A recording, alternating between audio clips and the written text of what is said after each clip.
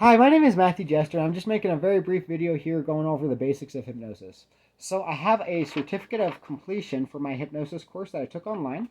This just shows that I have a basic competency in the field of hypnosis. And anyways, I'll go ahead and get started on the introduction. Please watch my video, Hypnosis, Abuse, and Speech Inhibition. I will leave a link in the description. I will also leave additional links in the description of other relevant videos. I've been abused with hypnosis, and my ability to speak is being inhibited with hypnosis, which is why I have to read everything when I make videos. If you notice me stuttering, speaking slowly, being unable to speak clearly, or any other difficulty speaking, I explain how this is being done to me in my video, Hypnosis, Abuse, and Speech Inhibition.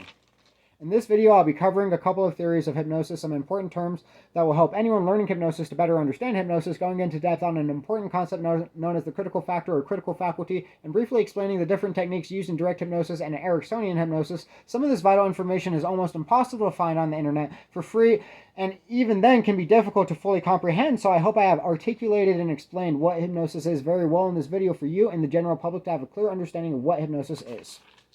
The first theory is that hypnosis is the same thing as trance. Depending on how you define hypnosis, you could use the terms trance and hypnosis interchangeably, although I personally differentiate, as not all trances will increase an individual's susceptibility to accepting post-hypnotic suggestions or hypnotic commands, like hypnosis is intended to. There is no official definition of hypnosis that is recognized by the scientific community as a whole, so either definition is technically not incorrect. According to the human Givens theory, hypnosis is any artificial method of accessing the REM state which is naturally active while dreaming. This theory of hypnosis would provide a logical explanation for all the phenomena that is associated with hypnosis. In case anyone is not familiar with REM or the REM state, it's an acronym for rapid eye movement and is the second stage of sleep when we dream. Hypnosis definition: somnambulism. Somnambulism is the medical terminology for sleepwalking, and in hypnosis is a deep stage of trance that mimics a very similar appearance to sleepwalking, which is why this stage of trance was named somnambulism. This is the stage of trance known to produce the most profound hypnotic effects and is when post-hypnotic suggestions are primarily given. Sorry about that. Post-hypnotic suggestions. Post-hypnotic suggestions are the instructions and or commands given to the subject while in somnambulism that are carried out upon waking from trance or after specified hypnotic cues or after a specified date and or time. Heteroaction. Heteroaction means that after successfully responding to one post-hypnotic suggestion, the chances of successfully responding to a different post-hypnotic suggestion will increase.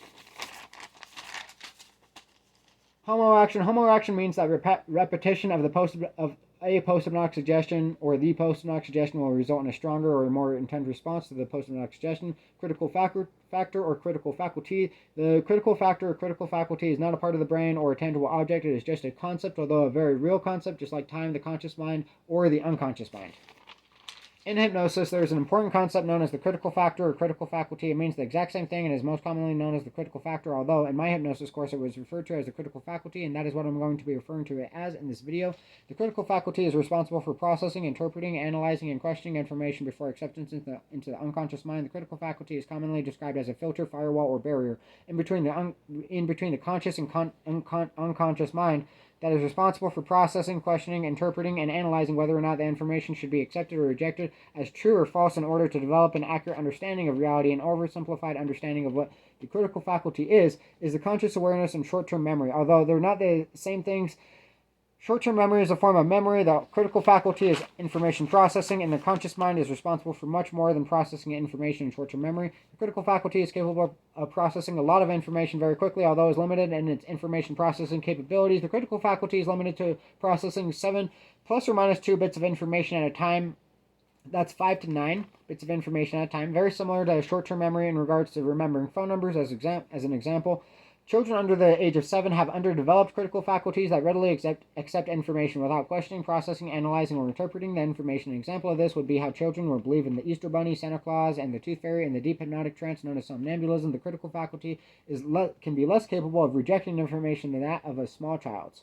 Hypnosis will bypass the critical faculty in a variety of ways so that suggestions will be accepted by the unconscious mind without being questioned or analyzed. Common methods for this include confusion, distraction, overwhelming processing capability, and shock. In Ericksonian hypnosis and subliminal messaging, the critical faculty is often bypassed by distracting and consuming conscious attention to an overwhelming extent that no conscious attention is drawn to the post-hypnotic suggestions or subliminal message or subliminal messages that are involuntarily accepted by the unconscious mind because the ability to process and or question the information is bypassed. The second method is seen in direct hypnosis and stage hypnosis, which uses shock to stimulate the reorientation response, which is the survival mechanism used to rapidly adjust to a situation in an emergency and stimulates the fast-acting pathway in the brain called a PGO spike during the reorientation response. Processing capabilities are limited, and the critical faculty can sometimes be bypassed, by which can result in an automatic or immediate acceptance of sensory stimuli and even the suggestion to sleep, inducing the subject into somnambulism. During the reorientation response, the mind is reorienting all sensory stimuli and information simultaneously, resulting in an overload of information.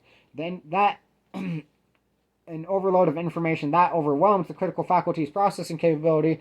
Stimulating the reorientation response in a PGO spike is often used in rapid inductions to induce somnambulism in less than 5 minutes, and used in instant inductions to induce somnambulism in less than 1 minute. And I also want to point out, I noticed the harder I tried to read, the more tense I physically got, and all over my body. So that's what I am specifically referencing in regards to that post-hypnotic suggestion to feel muscle tension, because now I actually have a very specific circumstance where, the faster I would try to read, the more tense I would get. So, and that's not exactly where the strain in my voice would come from, but it would, really try to cover it up, especially my facial features, right? Because of the muscle tension, and my body language because of the muscle tension.